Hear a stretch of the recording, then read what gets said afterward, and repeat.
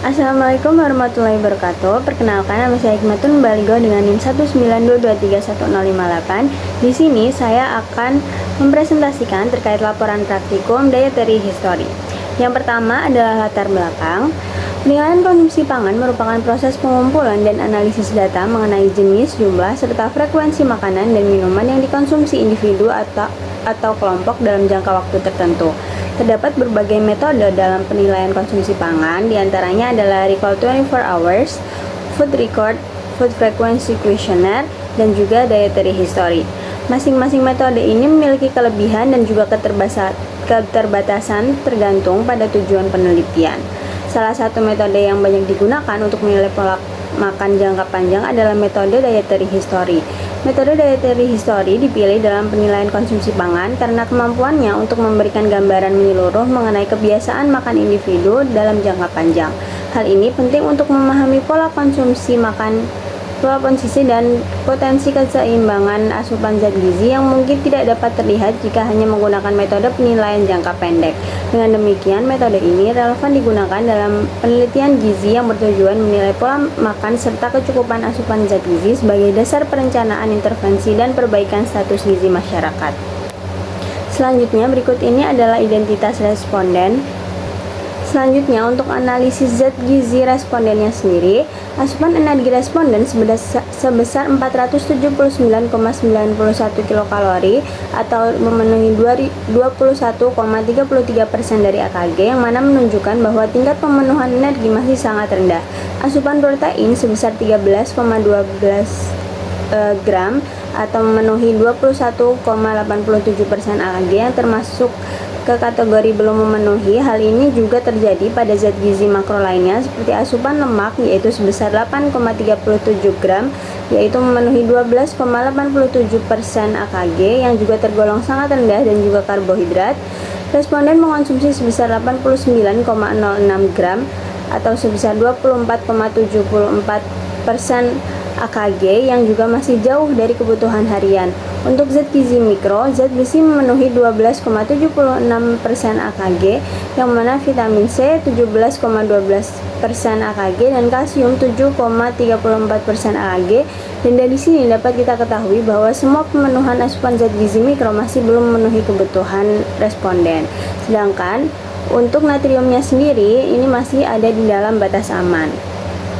Selanjutnya adalah asupan zat gizi kelompok wanita. Asupan energi kelompok wanita sebesar 1362 kilokalori atau memenuhi 60,52% dari AKG, yang menunjukkan bahwa tingkat pemenuhan energi masih sangat rendah. Asupan protein sebesar 44,4 gram atau memenuhi 73,99% AKG, yang mana termasuk ke kategori belum mencukupi, dan hal ini juga terjadi pada zat gizi makro lainnya seperti asupan lemak sebesar 26,9 gram atau memenuhi 41,43% AKG yang juga tergolong masih rendah, dan karbohidrat. Responden mengonsumsi sebesar 249,3 gram atau memenuhi 69,24% AKG yang juga masih di bawah dari kebutuhan harian. Untuk zat gizi mikro, zat besi memenuhi 61,19% AKG, vitamin C 17,25% AKG, dan kalsium 35,22% AKG. Dari sini dapat kita ketahui bahwa semua pemenuhan zat gizi mikro masih belum memenuhi kebutuhan responden. Selanjutnya adalah asupan zat gizi kelompok pria. Asupan energi kelompok pria sebesar 1905 kilokalori atau memenuhi 71,9% dari AKG, menunjukkan bahwa tingkat pemenuhan energi masih rendah. Asupan protein sebesar 236,4 gram atau memenuhi 363,75% AKG, yang mana ini termasuk ke kategori sangat berlebih. Dan untuk zat gizi makro lainnya seperti asupan lemak sebesar 65,6 gram atau 87,47% dari AKG, yang juga tergolong mencukupi karena berada di atas 77% AKG. Dan karbohidrat, responden mengonsumsi sebesar 251,2 gram atau memenuhi sebesar 58,41% AKG yang juga masih di bawah dari kebutuhan harian. Untuk zat gizi mikro, zat besi memenuhi 261,71% AKG dan vitamin C 223,48% AKG dan juga kalsium sebesar 35,81% AKG.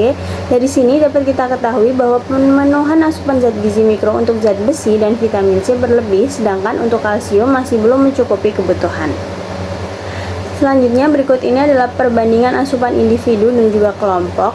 Untuk asupan energi individu yaitu 479,91 kilokalori atau memenuhi sebesar 21,33% AKG, jauh lebih rendah dibandingkan kelompok wanita yaitu 1.362 kilokalori dengan pemenuhan 60,52% AKG.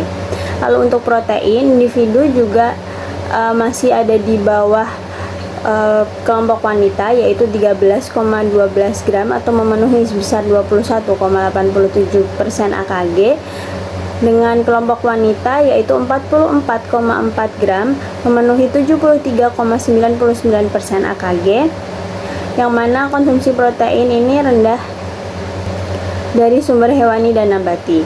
Lalu untuk lemak sendiri, individu lalu untuk lemak juga masih sama, bahwa asupan individu ini masih jauh lebih rendah dibandingkan kelompok wanita yaitu 8,37 gram atau memenuhi sekitar 12,87% AKG, dengan kelompok wanita 26,9 gram dengan pemenuhan 41,43% AKG. Lalu untuk karbohidrat, individu mendapatkan 89,06 gram yaitu memenuhi 24,74% AKG, dengan kelompok wanita 249,3 gram memenuhi 69,24% AKG.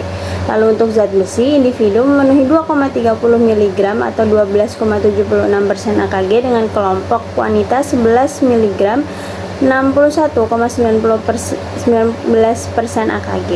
Lalu untuk vitamin C, individu mendapatkan 72,77 mg atau pemenuhan sekitar 17,12% AKG, dengan kelompok wanita 73 mg dengan pemenuhan AKG 17,25% AKG.